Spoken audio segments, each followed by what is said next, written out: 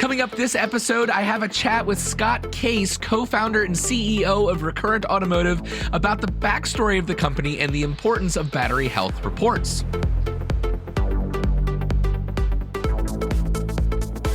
Hello, friends, and welcome to episode 99 of the EV Resource Podcast. I'm Zach Hurst, and each week I bring you the latest EV news, information, and interviews with industry experts. If you haven't already, go ahead and subscribe to the EV Resource YouTube channel, hit like and click the bell for notifications on future uploads.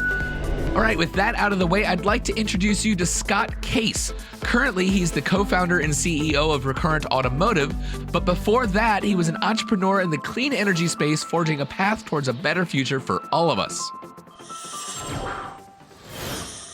Scott Case, thank you so much for joining me here with the EV Resource Podcast. It's always a pleasure to talk about Recurrent and what you guys have going on. So this is very exciting for me. Thank you for being here. Yeah, great to spend the time with you as well. Absolutely. So, of course, I've talked with Andy previously about Recurrent, but it would be nice to hear your perspective of how this all began, from conception of idea to really the struggle, perhaps, or the challenge of starting a brand new company, doing something that nobody else has done. So I'd love to hear about how did that all come to be, and some of maybe the things that were notable in that process. Sure. Yeah. So thanks. I never get tired of talking about myself. So this is it's an easy softball question to start. I'm I guess glutton for punishment in terms of that weird entrepreneurial drive. This is the third kind of company that I've helped start, and I've got some dead bodies on the road as well, like things I tried that just didn't ever get off the ground. But three sort of real companies that have done, and the last one was actually a company in the energy efficiency space. We started it in 2008, so during the Great Recession, and now so it's like kind of par for the course. You start a company in the middle of a global pandemic. Yeah, that's fine. Yeah, it's about right.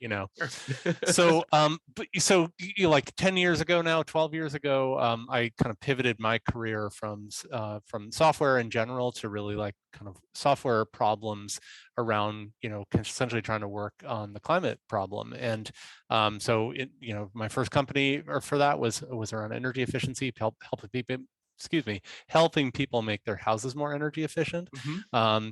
And then, when we finished that, we sold it in 2019. It was like, all right, well, what's the next thing I'm going to work on? And for me, I'm a pretty pragmatic person. So it was like, how can I, find an area to chip away at, the climate problem, sure, in just a, different sort of focus. I maybe was the last person to notice,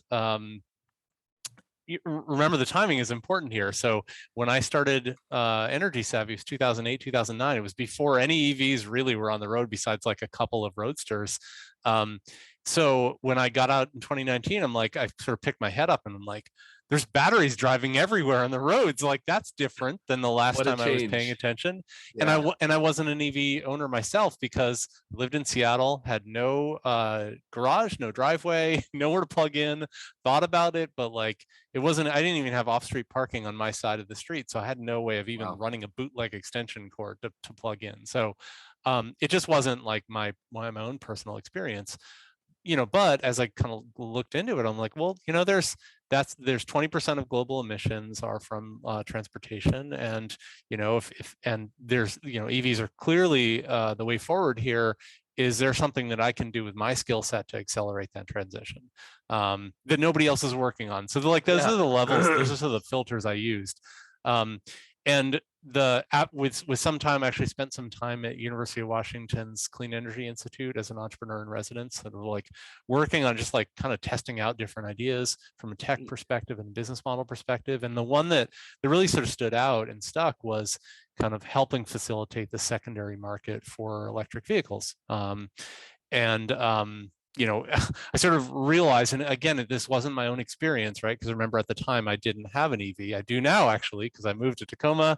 I have a garage for the first time in 30 years, since I was in high school. So, but I sort of began to recognize even early on, like, that people, when they go to, like, people as they go into the used EV market, they've gotten more and more comfortable with buying the idea of buying a new EV, most people. But Mhm. people going to the used EV market, everybody's had an iPhone like long enough to know batteries wear down over time, and that means I Sure. can't talk the whole day. So they're sort of bringing that mental model into the used EV purchasing sort of like decision, and that's, there's no answers for it, and so I thought, well, there's an opportunity to basically add transparency here, build confidence, and and just end up like changing the way cars are bought and sold for the better. So that's where It that's the is, story, right? yeah, It's all yeah. easy after that, but yeah. It's it's it's great to hear that.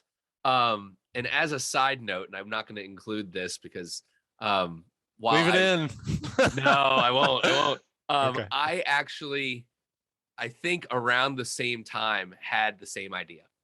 Okay. I started testing. I couldn't figure out the remote access part of Yeah. it, which of course Yeah. is what makes Recurrent such a huge success. But I had a little OBD reader. I Yeah. downloaded Torque Pro onto a tablet, and Yeah. I was doing battery health tests, if you will, Yeah. just a Yeah. single point of reference for EV owners that I locally that I Yeah. would get to. And so then I went Yeah. to all the used car dealerships and I was like, Yeah. hey, if you guys get an EV in, you want me to test the battery, let me know. Yeah. Here's just quick pricing chart.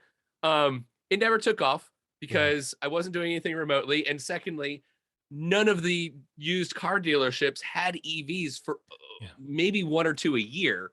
Yeah. And so I tabled it and then I heard about Recurrent and I'm going, oh my God, Yeah. here's you guys are doing it. So I am just fully supportive of not only the mission, obviously, but then the way you guys go about doing it. I have nothing but praise for that because I mean, it's a great idea. It really Yeah. is. And nobody else is doing it. And that's something that I actually want to add a question to that because why is nobody else doing this? Right. And I don't know if you even have an answer to that because I mean, I can speculate, right? Yeah. we So could, but I mean, it's just such a yeah. brilliant and necessary service to the secondhand EV market. It really is one of those things that it just makes sense. It really, Yeah. it's like, okay, that's that's perfect. And I do think timing has a lot to do with many things in life. Mhm. And the timing right now, if we look at the used EV market, it's just beginning. Mhm. I mean, the car dealerships locally, if I go to a used car lot, I could probably go to 20 of them before I'd find one EV. So that obviously is going to change, the next 3 to 5 to 10 years. And we're going to see a massive overhaul of what vehicles are out there that are for sale. And unfortunately, the education component, there isn't enough going on to push the education of the consumer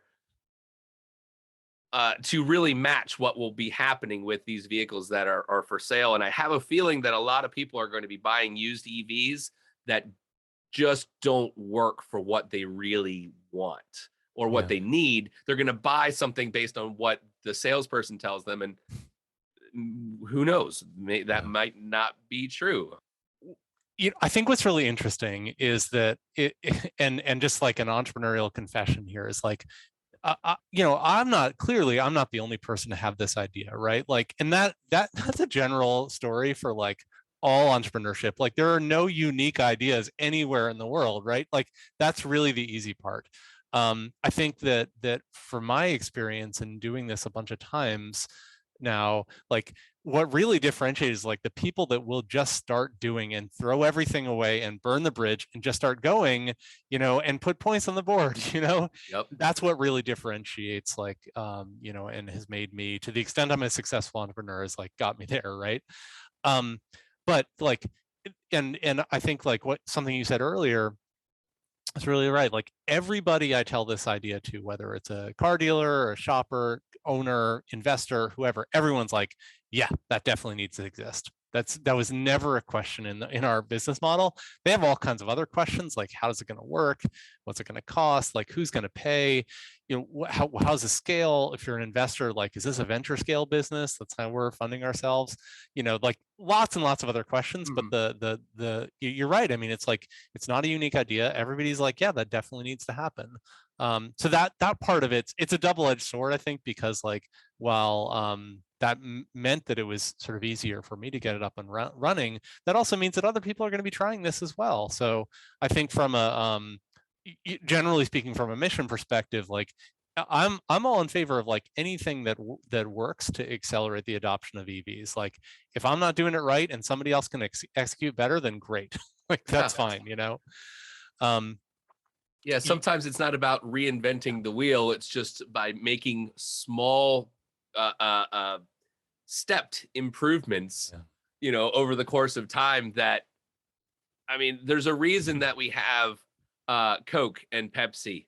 I mean, they're so similar. We didn't just stop with Coke and be like, and Pepsi was like, oh no, there's already something out there. We're not going to bother with it. Like, I mean, there's I actually don't know which one of those is first. Pepsi is it possible Pepsi was actually first? I mean, those brands are so old, I like I don't want to now you're disparage getting Pepsi, me thinking. I might have to look that up when we're done. Feels like a side note to this conversation. Well, Right? but that gets into timing. I think that timing is really important here, as it is with every business. And I got early advice from one of the investors that I started working with. And the big question at the very, very beginning when I started working on this in March of 2020 was like, is this too early? Like and the advice I got, and here's the wisdom of venture investors is like, well, how do you know if it's too early to do something that is going to happen? And his advice is like, well, you got to be early, you want to be out ahead of things, but not too far ahead of things you run out of money. Right. And I was like, wait, Yeah. that's it? That's all? That's all the secret is? Like, you got to be kidding me. He's like, nope, that's what you want to do, just don't run out of money on the way. I mean, that's good advice. Yeah, yeah. I sort of in my imagination sort of I was expecting something more, some sort of a mathematical formula that would determine like when is it, when's the right time to do this. So I was a little underwhelmed, but the other thing I think is like there's a question of like, obviously there's a huge auto ecosystem out there, and used autos in particular is $1 trillion a year business, with all kinds of different sort of components that are behind the scenes that are not sort of never exposed to the shopper, right? Hmm. And it's a really interesting question of like, why isn't that existing auto ecosystem doing anything about this? And I think it's just there. I went to business school a while ago, 20 years ago now. And one of the things you study in business school is like the innovator's dilemma, and that's like that sort of explains why a small startup, like us, can come in and say, well, like we're going to go sun, moon, and stars on this problem that's going to be a huge thing, in the coming years. But for us, and that's our entire focus, that's our entire world, right?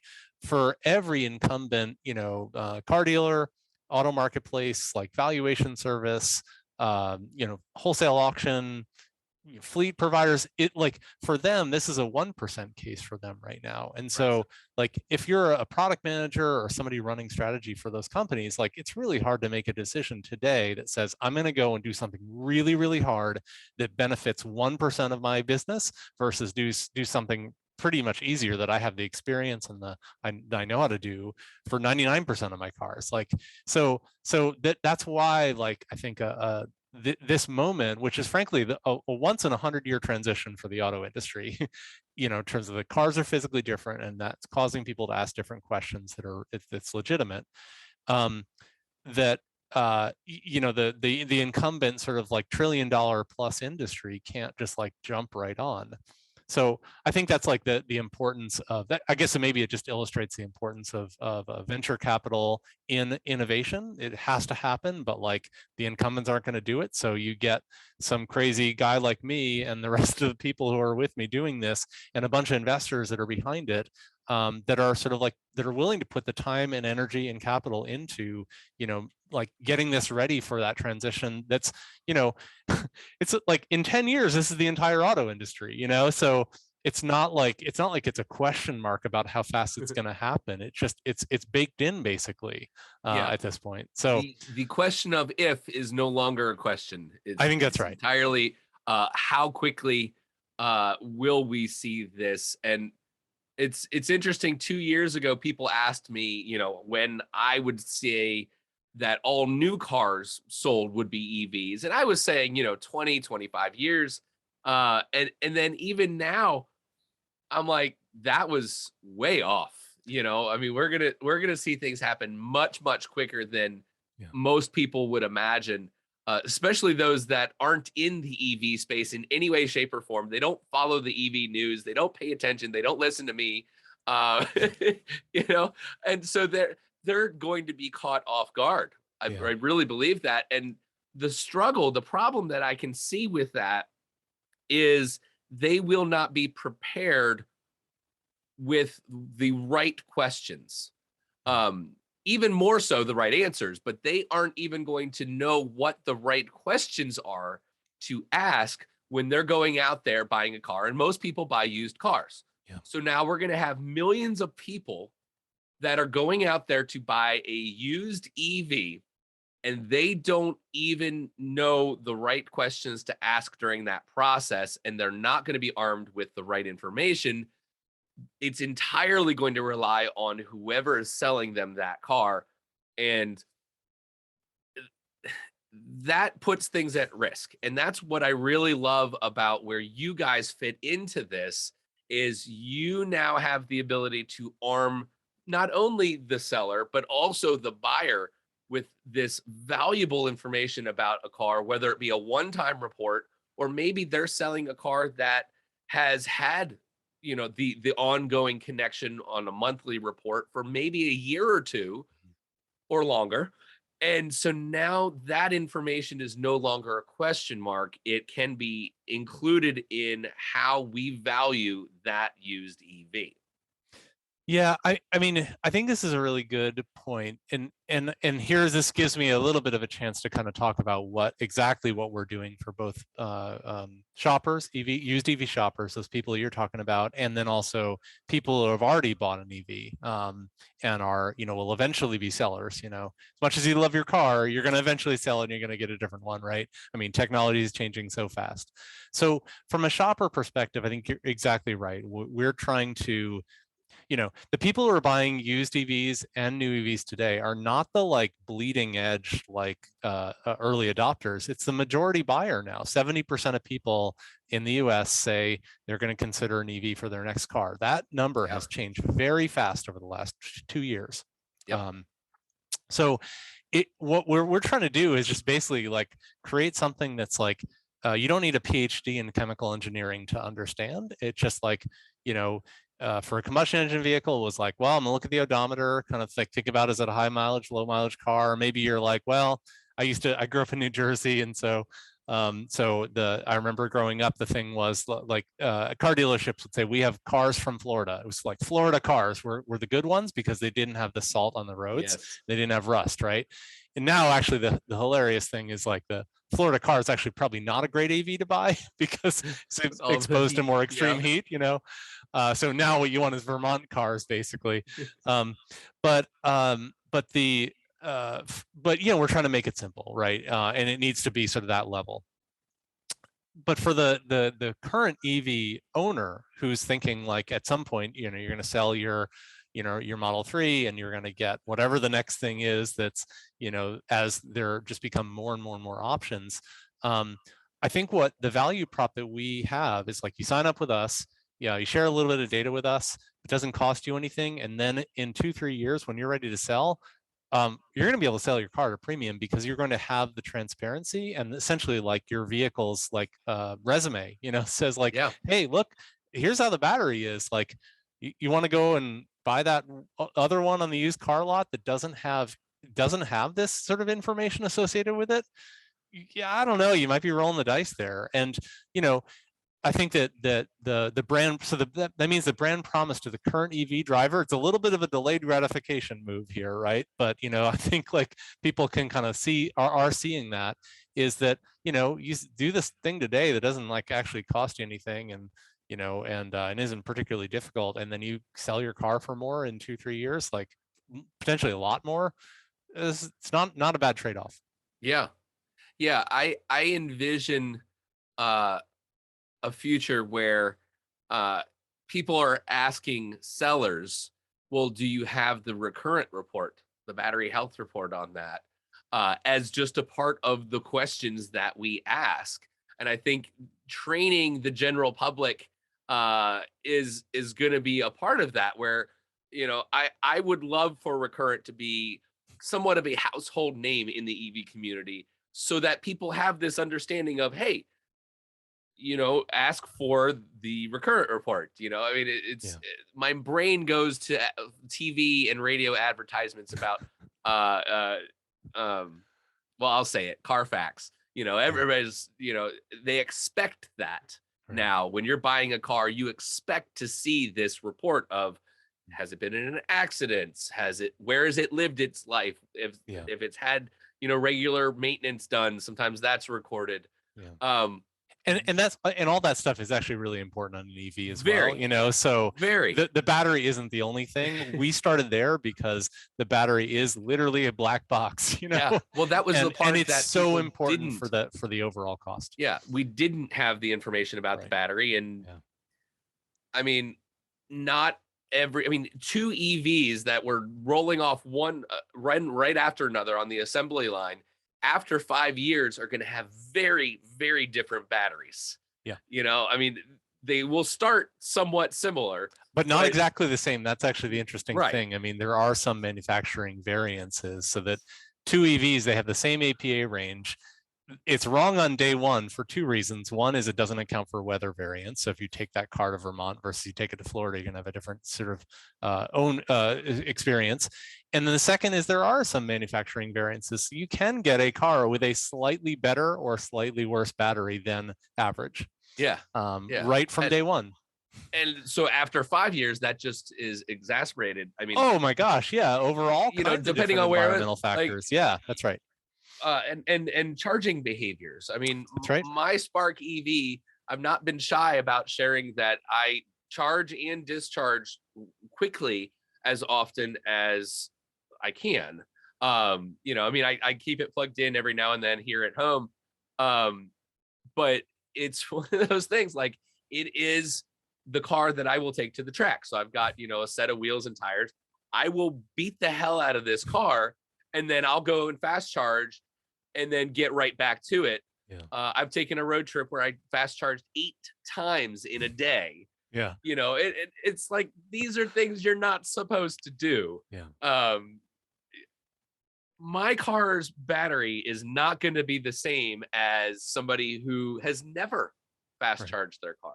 Yeah. I know And people that's one of the that, factors, but it's not the only thing. But yeah, however, I will say, whoever buys that car next, like somebody will pay for it, and they should. Like the battery will be like in okay shape, but they shouldn't pay as much as for a Spark that was very gently treated in very temperate climates, right? Like that just it just gets a better range, you know, and yeah. it'll last longer. Like it's still worth something to someone, but probably not quite as much. Well, I'm a special use case where I probably am not going to sell this car. Okay. It will probably be my my EV DIY project. Well, that sounds fun. I'm glad you're not going to inflict that car on the used car market. So yeah, I mean, who knows? I've got all sorts of fun ideas. yeah. So the big thing for Recurrent, there's really like two areas that I would like to ask my audience to help you guys. The first is, if you're an EV owner, go to the Recurrent webpage, sign up for the monthly reports, and be a part of this massive data gathering that is only going to benefit the entire EV community. Every single person that signs up for that, they are helping you guys put together this, basically the analysis of data that then, all of the research that you guys are starting to put out there now, the different articles, the things that you're seeing, you're giving that back. That entire process is free, which is mind-boggling. I'm not going to judge it. Like, that is just, it's amazing that you guys will do this for free. But you're a business and you obviously have to make money. And so I want to touch on that too, because I don't know the individual people that listen to this podcast or that might watch this YouTube video.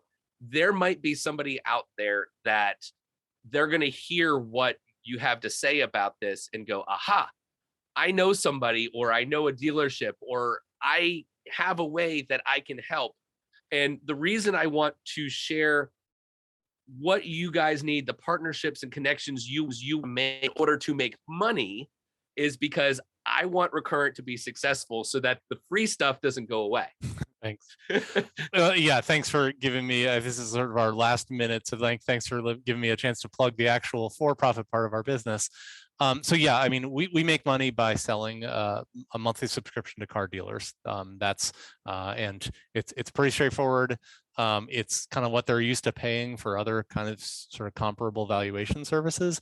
And the belief that we have and what we've seen with our dealers so far is, like, they can sell one more car a month or one car with a little less negotiation because there's more certainty that the buyer has on the battery, then it pays for itself. So anyway, if you're a car dealer, or like your cousin is a car dealer, like, love to talk with them and sort of. What's the best way if somebody does, if they are a car dealership, or they know somebody that has a car dealership? What's the best way for them to get in touch with you all and start that conversation? Sure. I mean, contact at recurrentauto.com or come to our website. There's all kinds of forms and that sort of thing there. So happy to engage from there. So you guys make it easy. We do. We try on that side too. Great. That's good. That's good. You got to make it easy. Cool. So Scott, thank you for your time. It's been an absolute pleasure to talk to you. It's really fun. Excited. I'm very excited about Recurrent and what you guys are doing and what you have to bring to the marketplace. And it's just been an absolute pleasure hearing it straight from your mouth. Yeah. Thanks a lot. Yeah. Do it again sometime. So that is it for this episode of the EV Resource Podcast. I hope you enjoyed the conversation. If you haven't already, go check out Recurrent Automotive. You can go to recurrentauto.com and sign up for the monthly reoccurring reports for the battery health of your vehicle. I've done that with my Tesla Model 3. It is amazing the amount of data that you can get in this report. There's only 4 data points that are collected. If you want to know more about that, check out the interview that I had with Andy Garbertson with Recurrent. We go in a lot more into detail about the reports and what's involved with that. Thank you so much for watching and listening. Share this with your friends, family, anybody that you know that might be interested in electric vehicles. So thank you so much, and I'll catch you next time.